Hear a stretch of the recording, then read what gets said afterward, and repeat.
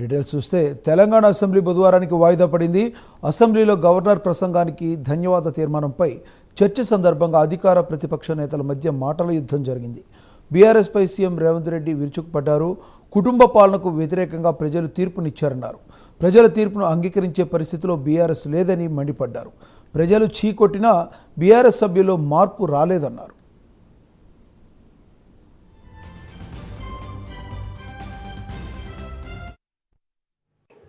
ఈరోజు మా కుటుంబము, మా పార్టీ, మా ఇష్టము అనే నియంతృత్వ పోకడలను సూచిస్తుంది. ఎందుకంటే నిరంకుశత్వం అనేది ఎక్కువ కాలము చెల్లదు, నిలబడదు. ప్రజలు నిటారుగా నిలబడి ఈ కుటుంబ పాలనకు వ్యతిరేకంగా మేము తీర్పిచ్చినామని నికార్సైన తీర్పిచ్చిన తర్వాత కూడా వాళ్ళలో మార్పు రాలేదు. కాబట్టి రేపు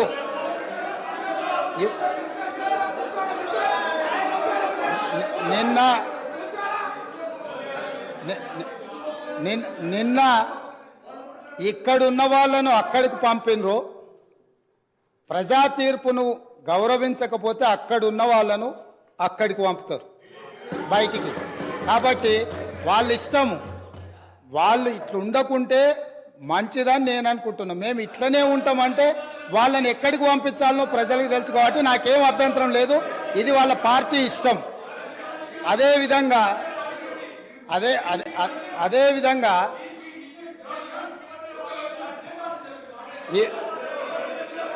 కుటుంబ పాలనకు వ్యతిరేకంగా ప్రజలు ఇచ్చిన తీర్పును గౌరవించాలన్న ఆలోచన ఆ పక్షాన లేదు.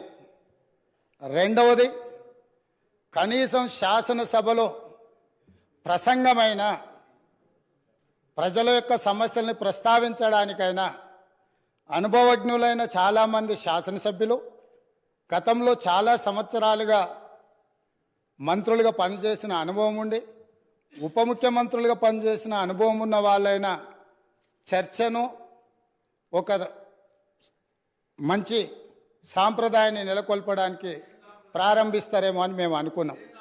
అయినా కూడా తెలంగాణ ప్రజల్ని నిరాశపరిచినరు. ఇక్కడ కూడా కుటుంబానికి తప్ప అర్హులకు ఎవరికీ అవకాశం లేదు, అర్హులకి ఇక్కడ స్థానమే లేదు అని చెప్పి చర్చను ప్రారంభించడం ద్వారా ఈ పార్టీ కుటుంబ పాలనకే పరిమితం అవుతుంది.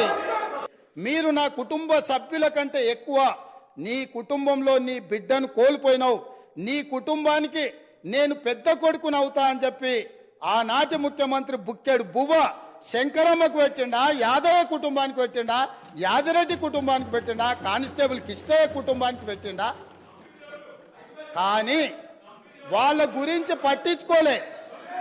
ఈ కుటుంబంలో ఉన్న వాళ్లకు కొడుకుకు మంత్రి ఇచ్చిండు, అల్లుడికి మంత్రి ఇచ్చిండు. కన్న కూతురు ఓడిపోతే ప్రజలు తిరస్కరిస్తే ఎంబడే శాసన మండలి పదవి ఇచ్చిండు. కరోనా సమయంలో బ్లాక్ మార్కెట్లో కరోనా మందు 2000 రూపాయల దాన్ని 50,000కు అమ్ముకొని 424 కోట్లు నల్లధనం ఒకే దగ్గర దొరికిన వాళ్ళకు రాజ్యసభ అమ్ముకున్న చరిత్ర మీది. అట్లాంటి వాళ్ళని మీరు రాజ్యసభ సభ్యులుగా చేసి ఈరోజు వచ్చి మేము మా టికెట్ల గురించి మాట్లాడు అంటే ఈరోజు ఎలాంటి వాళ్లకు టికెట్లు ఇచ్చినో, ఎవరిని కుటుంబ సభ్యులుగా వాళ్ళు చూసినరో ఒక్కసారి ఆలోచన చేయండి. అధ్యక్ష, హోంమంత్రి మహమూద్ అలీ గారు అక్కడికి వెళ్ళి ముఖ్యమంత్రి గారిని కలవడానికి వెళితే ఒక హోంగార్డు మీకు అనుమతి లేదు, మీకు ప్రవేశము లేదు, మిమ్మల్ని లోనికి రానివ్వము అని చెప్పి వారిని అవమానించి ఒక హోంగార్డు హోంమంత్రిని వెనక్కి తిప్పి పంపించిన చరిత్ర పుటలలో నిక్షిప్తమై ఉన్నది. అక్కడ ఉన్న పోలీసు సిబ్బంది మీకు ప్రవేశము లేదు, మిమ్మల్ని నిషేధించినము, మీకు అర్హత లేదు, మీకు ఆ స్థాయి లేదు అని చెప్పి ఈటల రాజేందర్ గారిని తన సహచర మంత్రిని అవమానించి ఆ మంత్రే స్వయంగా కన్నీళ్లు పెట్టి ఈ ఆవేదనను, ఈ దుఃఖాన్ని లోపల అదిమి పెట్టుకున్న విషయాన్ని 4 కోట్ల తెలంగాణ ప్రజలకు వివరించినప్పుడు తెలంగాణ సమాజం అంతా దీన్ని గమనించింది.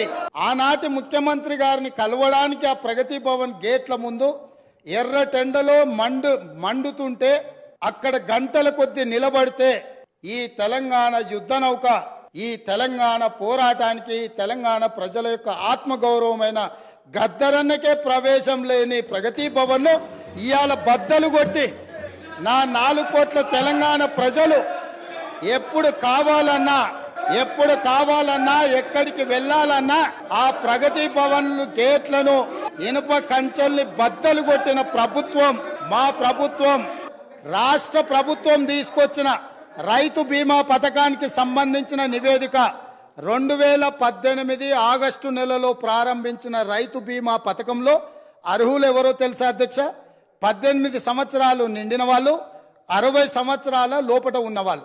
ఎంతమంది రైతులు చచ్చిపోయినారో తెలుసా అధ్యక్ష? వీళ్ళ లెక్కల ప్రకారము నెంబర్ ఆఫ్ క్లెయిమ్స్ వచ్చేసి, నెంబర్ ఆఫ్ డెత్స్ వచ్చేసి 1,21,965. ఇప్పటి వరకు వాళ్ళకు వచ్చింది 1,19,081. అంటే 2018 నుంచి 2023 ఆగస్టు నెల వరకు 1,21,000 మంది రైతులు చచ్చిపోయినరు. ఏ వయసు ఉన్న వాళ్ళు? 18 సంవత్సరాలు పైబడిన వాళ్ళు, 60 సంవత్సరాల లోపల ఉన్న వాళ్ళు. అంటే ఇవి ప్రభుత్వం చేసిన హత్యలు కాదా అని నేను అడుగుతున్నా అధ్యక్ష. ఇదా రైతు ప్రభుత్వం? 8,000 పైచలకు రైతు ఆత్మహత్యలు చేస్తున్న వాళ్ళని నిలదీయడానికి ప్రయత్నం చేసిందా అని నేను అడుగుతున్నా అధ్యక్ష మీ ద్వారా. ఇదే కాదు, ఇవాళ నేను సూటిగా సవాలు విసురుతున్నా ఈ ప్రతిపక్షానికి. పేద రైతులు పండించిన పంటకు 1,960 రూపాయల కనీస మద్దతు ధర రాలేదు. కానీ ఫామ్ హౌస్లో పండించిన వడ్లకు 4,250 రూపాయలకు క్వింటాల్ దాకా వాళ్ళు అమ్మిన రాలేదా? అక్కడ ఫామ్ హౌస్లో పండించిన వడ్లు బంగారమా? ఇవాళ ఎవరిచ్చిందో లెక్కలు చెప్తా, చెప్పమంటే ఆ పేరు కూడా చెప్తా. ఎవరిచ్చిందో, వాళ్ళకి చేరిన లబ్ధి ఏందో మీరు విచారణకు సిద్ధంగా ఉంటే ఇవాళ నేను విచారణకు ఆదేశిస్తా అధ్యక్ష. మీరు ఫామ్ హౌస్లో పండించిన వడ్లు 4,250 రూపాయలకు ప్రైవేటు కంపెనీల మెడ మీద కత్తి పెట్టి మీరు మీ వడ్లు తౌడులాగా పండించిన వడ్లకేమో 4,250 రూపాయలు గిట్టుబాటు ధరిస్తారా? ఇవాళ నా తెలంగాణ రైతాంగం కష్టపడి పండించిన పంటకు 1,400-1,500 రూపాయలు ఇస్తారా? ఇదేనా మీరు రైతులకు ఇచ్చే సందేశం అని నేను అడుగుతున్నా. ఇదేనా మీరు రైతులను ఆదుకున్నది? ఇది ఇందుకేనా